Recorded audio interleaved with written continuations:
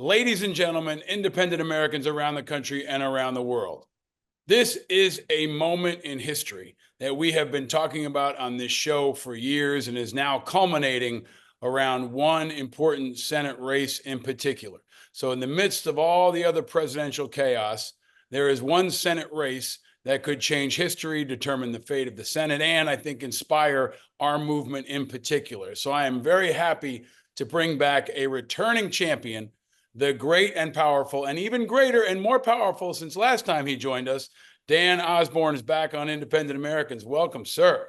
Thank you, Paul. It's good to be back. It's been a hot minute. It's been a hot minute, right? I mean, it's been about 6 months. You were on in May, but it's probably running the campaign is probably like a deployment. Every day probably feels like a week or a month, right? Yeah, that's it. You know, I live in the moment. I live in whatever I can control in my little 3-foot world.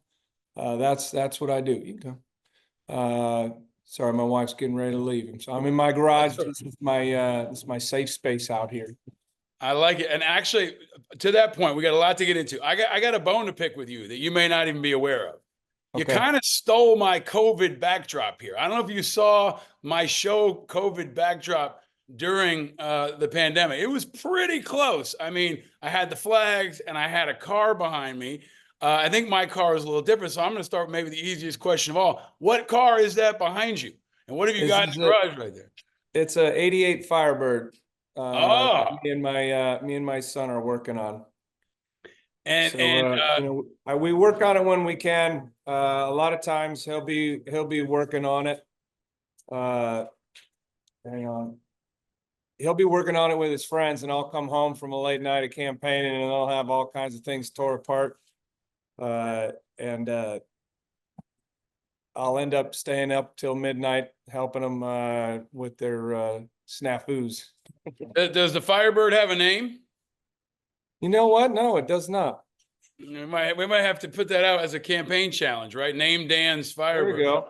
And if anybody out there watching this has a name for the silver '88 Firebird, that'd be perfect. Do you do the sticker on the hood, or is that a subject of controversy among Firebird owners, or where do you come down on that? Yeah, I mean, it's not a Trans Am, so it would be kind of cheating if I did.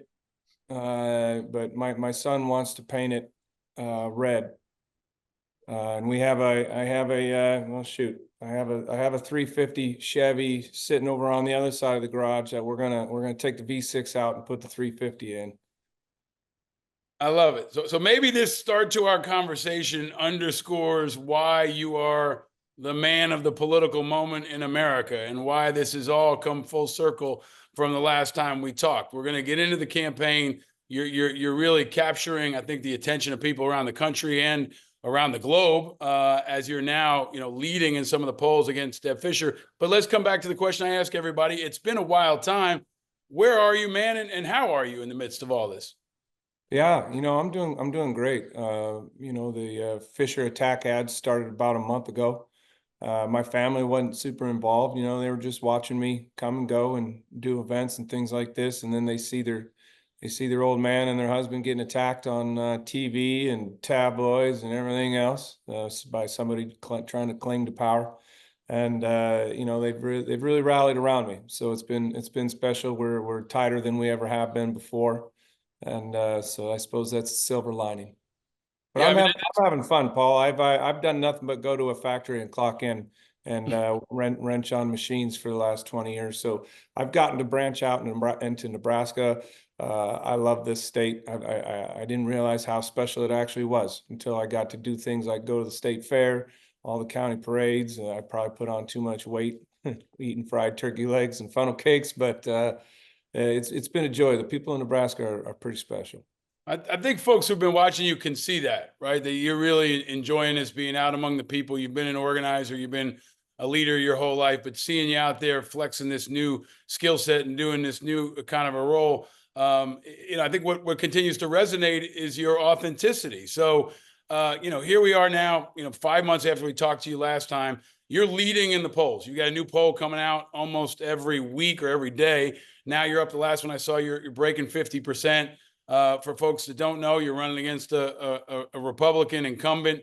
who, in my view, seems to be lazy and extremely partisan. But I won't put words in your mouth. Can you talk about how are you doing this? Why is this working in your view? You kind of came out of nowhere to most folks. We've been watching, and the independent movement's been watching. But for folks who are saying, "Hey, where the heck did this come from? Why is this happening?" How do you describe the momentum that you now have harnessed in Nebraska? Well, I'm going to tell you a little story, Paul. It's a story about a society of mice. They're just like us, right? They go to work every day, they send their kids to school, and they hold elections every 4 years. And a great cat. They're a society of mice ruled by cats. And election time comes around, and a great cat tells them, "Hey, I'm gonna take care of you guys and make your lives better." And 4 years comes around, and their lives aren't getting any better. So they elect the white cats that promise them that they're going to do better. And 4 years goes by. Of course, nothing changes for their mice. And so they start electing all kinds of different cats, tabby cats, and hairless cats, whatever you want to do. But one day they realize the problem is not the type of cat we're electing, is that we're electing cats. And and I think that's the message that I've done 150 publicly advertised events, probably closer to 160 now. After last weekend, I did a dozen in 2 days. And the message is we're ruled by millionaires and billionaires. And it's the corporations, the enemy. Republicans aren't the enemy. Democrats are not the enemy. It's these corporations, and especially in the form of Citizens United, that states corporations are people, and money's free speech, and they can donate an unlimited amount of money to independent expenditures. I don't think we have to talk anymore about how problematic that is, and how much influence corporations have on our government. And that's something I want to change. I don't want to be ruled by cats anymore. I'm a mouse. I made $48,000 the last 12 years 12 months I worked, and less than 2% of our elected officials come from in the House and Senate come from the working class. We're just simply not represented, and I think that's where we found ourselves. That's why the independent piece is so important to me. An independent to me means I'm not going to be beholden to a party boss, a corporation. I'm going to be beholden by the people who elected me. The way the framers of the Constitution intended it to be a government by and for the people. Right now, I think it's just a government for the 1% and the corporations. That's the message that I have. I mean, we talk about issue. Everything I talk about in these public events is all it is we just talk about issues. We don't talk about parties. We talk about issues, and when we do that, we agree on so much stuff, regardless of what side of the aisle you're on. But we're seeing parties, the two parties fighting amongst each other. We're seeing farm bills not getting done again. It's on extension from 2018. Bushel prices, bean prices, crop insurance is outdated, and farmers are losing because people want to play party politics. We're seeing it on the border. I mean, it's over and over and over again. And I'm so frustrated with it. And I know the people in Nebraska are too. I think that's a key part of that power, man, is that you are, the voice of all those mice. You're channeling the frustration and the disappointment and the anger, and also the optimism of how things can be better. When folks told you couldn't do it, you wouldn't be competitive, the ground is kind of moved beneath you, or you've moved the ground beneath you over this last 6 months. But can you talk about the independent piece? Because this is significant. If you get elected, you'll be the only true independent in the Senate. You'll be the only independent veteran. You've said you're not going to caucus with the Democrats and Republicans. I'm assuming that hasn't changed. But part of what Deb Fischer is saying is you're not really an independent, but you're seeing a lot of support from independents around the country. What have you learned about the attacks that will come at you that are unique when you're an independent? This is a common thing, that independents aren't really independent. They don't know, they can't choose, or they're indecisive, or they're hiding who they are. This is kind of a series of playbooks that people have used before. It doesn't seem to be working. But can you talk about what's going on around that, please? Yep. Well, I've been a registered independent from the time I could vote. You go back and anybody could look up the voter files and verify that fact. I've never been able to put myself in a tiny little red or blue box. That's just who I am. I think I'm fiscally conservative. I think there's 35 trillion reasons why people in Nebraska should be voting for me. There's some viewpoints on the left side I agree with too. So it's that's what, but again, that's what being an independent means. It means you're working for the people, and that's it. That's what I believe an independent is. And I think there's more registered independents than there are registered Republicans, and then also registered Democrats. There's over 300,000 of us in a state of 1.2 million registered voters. So it's it's people are starting to wake up that we're again ruled by cats, and we're all just looking for something different.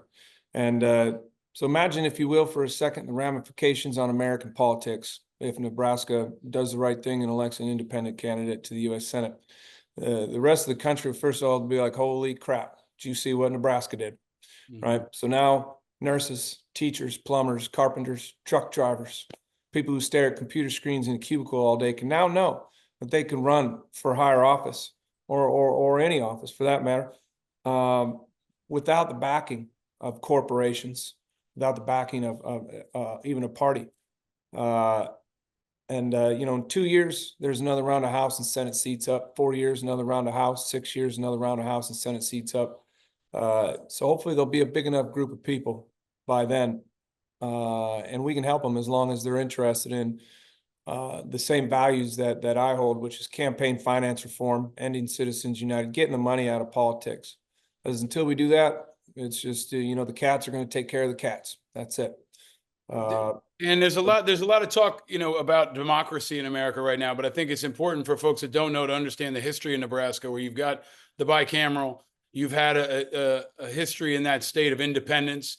You've had, mavericky, moderate, independent, also specifically veterans. You've had Bob Kerrey there, who I know has endorsed your campaign, Medal of Honor recipient. You've had Chuck Hagel, who went on to become Secretary of Defense. But there's a unique atmosphere that's been created in Nebraska also that kind of primes the pump for Nebraska, not only to elect you, but to be a model for this country in how democracy could be better. Can you talk about the veterans piece? Right now you're wearing, for folks who aren't watching on YouTube and are listening, you got your USS Constellation hat on, you served in the Navy.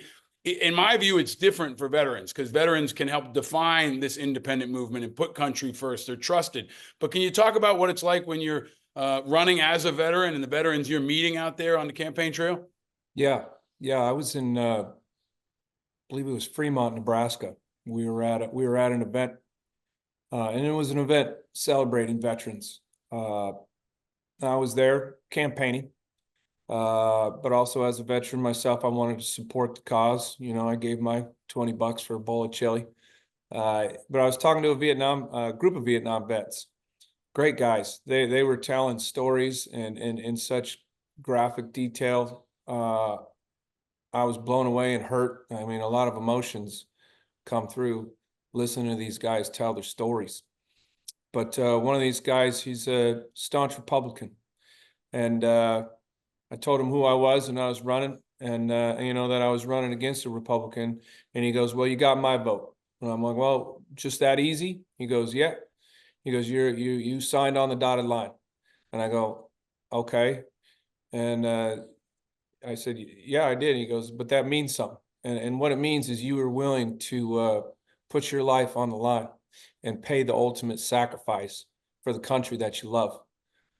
That's why I'm going to vote for you. And that resonated with me, and that means something because what is it? 1% of the population signs that dotted line. And then I did it again. I joined the Nebraska Army National Guard to continue my service after I got out of the Navy. I was a 19 kilo aboard a M1A1 Abrams tank crew. And I signed the dotted line. I got an honorable discharge there too. So that's what being a veteran means to me. And I would do it all over again. I'd do it right now. If the country was in peril and I had to step up, I might have to dye my beard to get back in. But that is the veteran piece, and it's important, and we need to take care of our veterans. Deb Fischer, my opponent, voted against extending benefits to burn pit victims. That's disgusting. You know, we got to take care of the people who are taking care of us and who signed on that dotted line. And they're paying for it now. And she votes not to help them. Come on.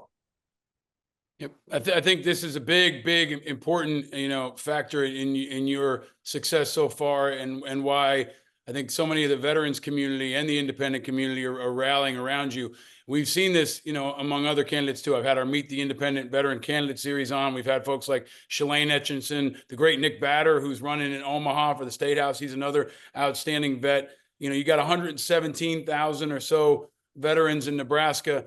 I think they're coming out for you. We see that. Independent Veterans America endorsed you. You've got endorsements from the railroads and lots of working people. But can I ask you to go back in time? Because I don't think you've gotten a chance to talk enough about your Navy service.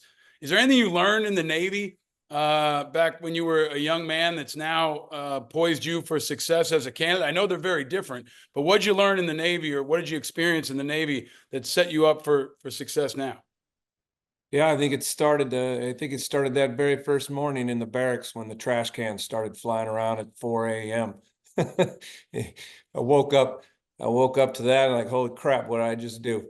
But it instills a discipline in you that never goes away, and that's helped shape my work ethic. I mentioned I've done 160 publicly advertised events. It's exhausting, but I have a certain level of discipline that I believe that I wouldn't have had otherwise. But then aboard my aircraft carrier, I did 2 Western Pacific cruises. So I spent well over a year and a half out at sea.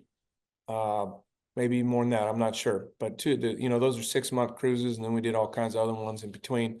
But I got to travel the world as a young man, and I think traveling is the great educator.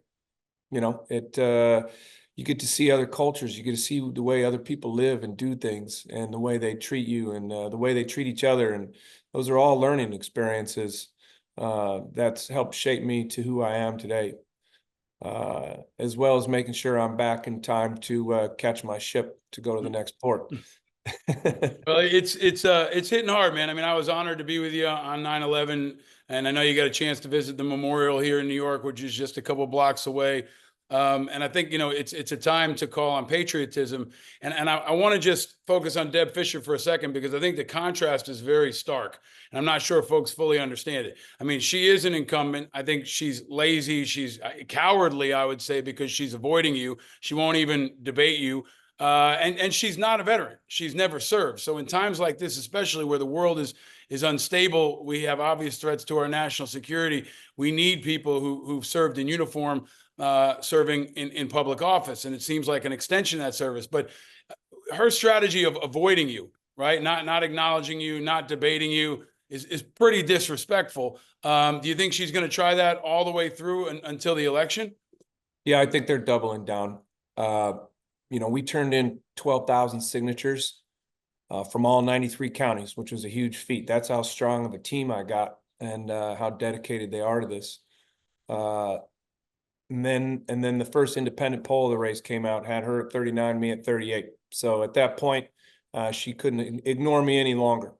So she went negative right out of the gate. Started calling me things that I'm not. Nothing she's saying on TV is true about me.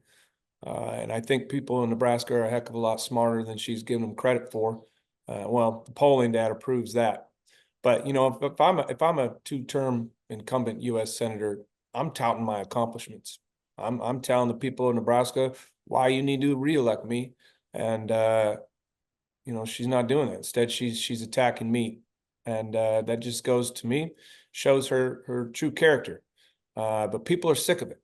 So since $3 million, well, probably over $3 million now, $3 million in attack ads, and 1 month later, that 39 to 38's turned into 50 to 44 for me. So people aren't buying it. They're not believing it. It's so extreme what she's saying about me. It's ridiculous. People are seeing right through it. So it's 50 to 44. We got, less than a month till the election, got 3 weeks or so. In my view, you are the tip of the spear for veterans, for the independent movement, potentially for the fate of the Senate. There's a lot of different reasons for folks to be interested in Nebraska, even if they're not from Nebraska. I know you've made a good case for the folks in Nebraska, and I hope more of them are listening today and listening every day.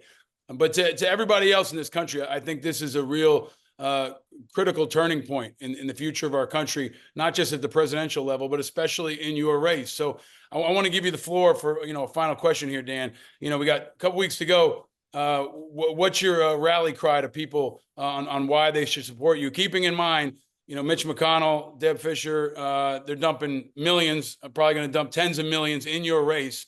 And you're going to be in a dogfight, and greatly outgunned as you have been before. What's your message to all Americans around the country who are now just waking up to the potential of this race? Yeah. So I've taken on a corporation at a time.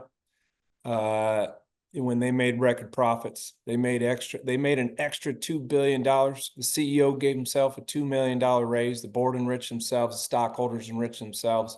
Then they tried to take from us. We stood up, and they spent $700 million to try to break us, and it didn't work because corporations, they have the influence and they have the money, but we as people, or we the people, kind of sounds cliche and corny, but we have the power. We have the power with our vote. When we stand together, that's how I'm going to win.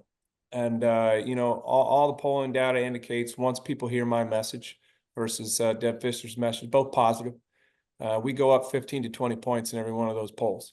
So we have to be instrumental in getting that out. I'm never going to outspend Deb Fischer. It's just not within the realm of possibilities, but I don't need to. I just need to get the message out to people. And once they hear it, I think they understand how genuine I am and how much I just want to help people. I think they are seeing it, man, and that's why I've been honored to know you. Every interaction I have, I see the depth of your character and the extent of your commitment, and the whole country's seeing it now. And I think that's really exciting because you're also inspiring a new generation of independent candidates to show that you can do it. You've already gotten farther than just about anybody, right? I mean, Evan McMullin came a little close. You're past him. Even if it was a close loss for you, you've come further than any other independent candidate in recent history, but you're in a position to win. So I encourage everybody to help you win. It's about Nebraska. It's about veterans. It's about independence, but it's about the fabric of our country.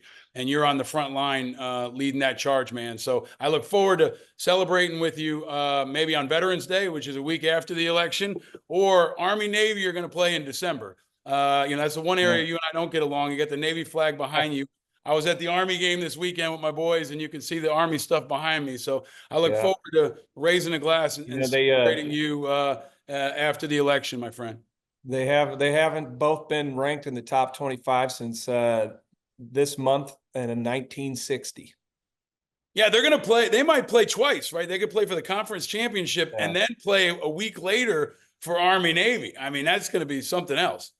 Well, Blake Horvath's going to put it all over you guys. That's all I got to say. Oh man, Daly, we got a Heisman quarterback, man. Daly's the real deal. I saw him score 4 touchdowns in the first half. And I'll tell you one thing, Deb Fischer's probably never been to an Army-Navy game, won't be at the Army-Navy game, but we will all be there to celebrate you and celebrate America. Keep after him, man. Give him hell. All the best to you and your family, and best of luck. Stay vigilant. Thank you. Thanks, Dan. Oh, and go Army.